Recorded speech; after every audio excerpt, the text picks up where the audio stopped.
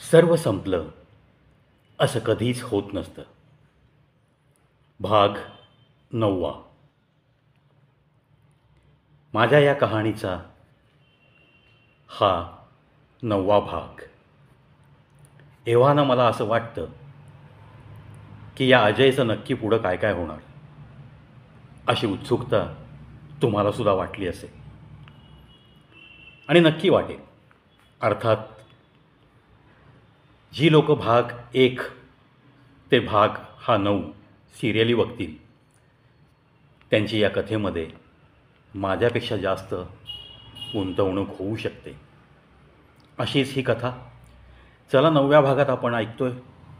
फराळाचा डबा घेऊन निखिलला भेटून अजय निघालाय आपल्या त्याच ठिय्याकडं. आता तसं पाहिलं ना तर तो रिटायरिंग रूममध्ये जाऊन दिवसा पण आराम करू शकतो. आता त्याच्या स्पॉटवर गर्दी असते, तिथं आत्ता आपण पाठ टेकू शकत नाही, हा विचार त्याला कालपर्यंत करावा लागत होता.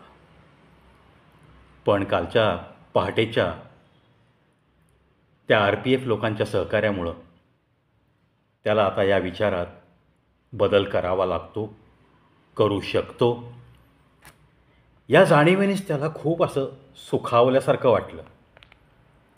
मुख्य गोष्ट म्हणजे आज तो निघतानाच त्याला जसं सगळा बाडबिस्तरा घेऊन फिरावं लागायचं तशा अवस्थेत तो बाहेर नाही पडला तिथून.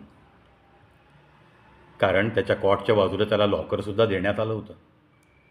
त्या लॉकरमध्येच तो सगळं सामान ठेवून निर्धास्तपणे रिकाम्या हाताने बाहेर पडला होता. 4 दिवसातली ही पहिलीच वेळ, तोही आनंद खूप वेगळा. संसार पाठीवर घेऊन फिरत राहिल्यासारख्या बंजाऱ्यासारखी, एखाद्या लावारीस, एखाद्या बेवारस माणसासारखी अवस्था त्याने या 4 दिवसात जी भोगली होती, जी अनुभवली होती, त्याचं शब्दात नाही वर्णन करता येत. कारण अजय एक अतिशय सुंदर जीवन जगलेली व्यक्ती आहे. निखिलला मनोमन खूप खूप आभार मानत तो फराळाचा डबा घेऊन निघाला. सहज त्याच्या मनात विचार आला, जरी सोय असली तरी आपण लगेच तिथं नको जायला. थोडासा फिरत फिरत जाऊ. वातावरण पण बऱ्यापैकी होतं. उन्हाचा म्हणावा तेवढा चटका नव्हता. थोडीशी आल्हाददायक हवा पण होती, जी ऑक्टोबर-नोव्हेंबरमध्ये असते अधनमधनं. त्यामुळं त्यांनी रस्ता बदलला. ये कदम जहाँ लेकर चले जाएंगे, चलो वहाँ तक चलने की कोशिश करते हैं, असं काहीसं मनाला बजवून आणि झालेल्या घटनांची काही आपली स्वतःची मोटिवेटिंग वाक्य आठवत तो निघाला. तू चलने का हौसला तो रख, तेरी उम्मीद को ताज़ा तो रख, कारवां अपने आप बनता चला जाएगा, दिन तेरे बदल जाएंगे. अशी काहीशी ती वाक्य स्टेजवरून ऑडियन्सला सांगताना त्याचा ऊर भरून यायचा आणि खूप लोकांना प्रेरणा मिळायची. कित्येक लोकांनी भेटून त्याला तसं कबूल पण केलेलं होतं. अशा त्याच्या त्या उमेदीतल्या काळातल्या रम्य आठवणींमध्ये तो चालत राहिला.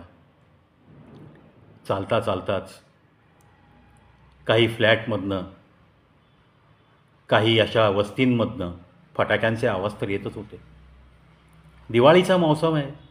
लोक आनंद मनवतात, खुश राहतात, आतषबाजी करतात. मनातला आनंद व्यक्त करण्याची ती एक प्रवृत्ती. या सगळ्या गोष्टी अजयनी पण खूप केल्या. तो विसरू शकत नाही सुजयच्या बरोबर साजरी केलेली दिवाळी.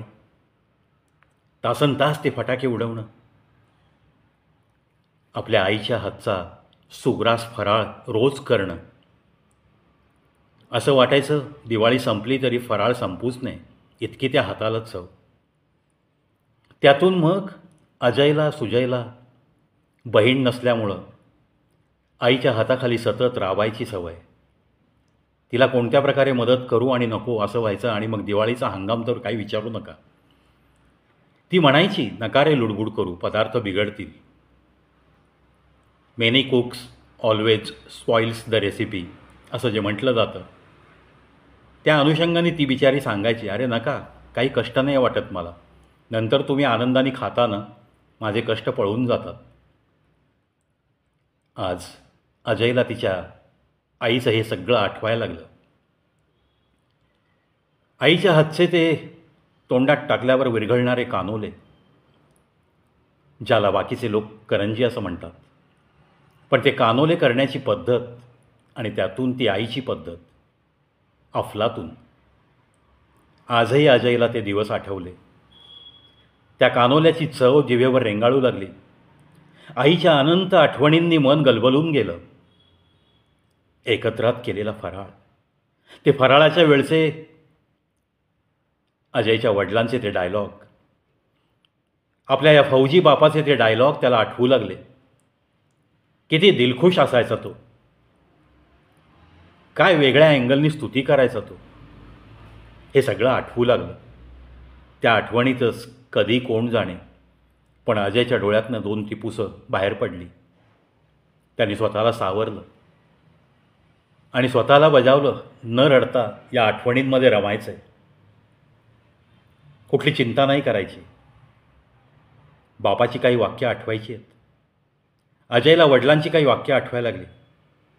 अरे ये तकलीफ परेशानी ये तो बस आते रहेंगे, ये तो ज़िंदगी का हिस्सा है प्यारे, इनको अनदेखा मत कर, इनसे लड़ाई के लिए तैयार रहना है और देख फिर ये कैसे भाग जाते हैं. अशा बुलंद इराद्याच्या व्यक्तीचा हा मुलगा अजय. त्याला या आपल्या बापाचा कणखरपणा आठवला. आलेल्या संकटांवर कशी मात केली त्यांनी ते सगळं आठवलं. आणि मग दिवाळीतला फराळ करताना तो कसा आईची स्तुती करायचा आणि कसा आधी आम्हाला डोळे मिचकून सांगायचा, आता मजा बघ. हे सगळं अजयला आठवायला लागलं. फराळाची प्लेट संपली की अजयचे वडील कौतुक करायचे. कशाचं? जो पदार्थ आवडला त्या पदार्थाची आरोळी द्यायची. अगं ऐकतेस का, कानोले मागच्या वर्षीपेक्षा खूपच भन्नाट झालेत ग. अरे आणि चिवडा तर काय, म्हणजे तारीफ करने के लिए मेरे पास लफ्ज अधुरे है. असा डायलॉग किचनपर्यंत ऐकू जायला अशा बुलंद आवाजात मारायचा की लगेच फराळाची सेकंड राऊंड वडिलांच्या प्लेटमध्ये यायची. असं हे आठवलं, वडिलांचे डायलॉग आठवले. आईच्या पदार्थांची चव तर जिभेवर रेंगाळतच होती. अधूनमधून सहज मी निखिलच्या डब्याकडं पाहत होतो, पण मनोमन मी माझ्या आईला आठवत होतो. फराळ तयार करताना दिवाळीच्या आधी 8-15 दिवस रोज तिचं ते कष्ट करणं, तिचा तो प्रत्येक पदार्थ चवदार झाला पाहिजे याच्यासाठी धडपडणं.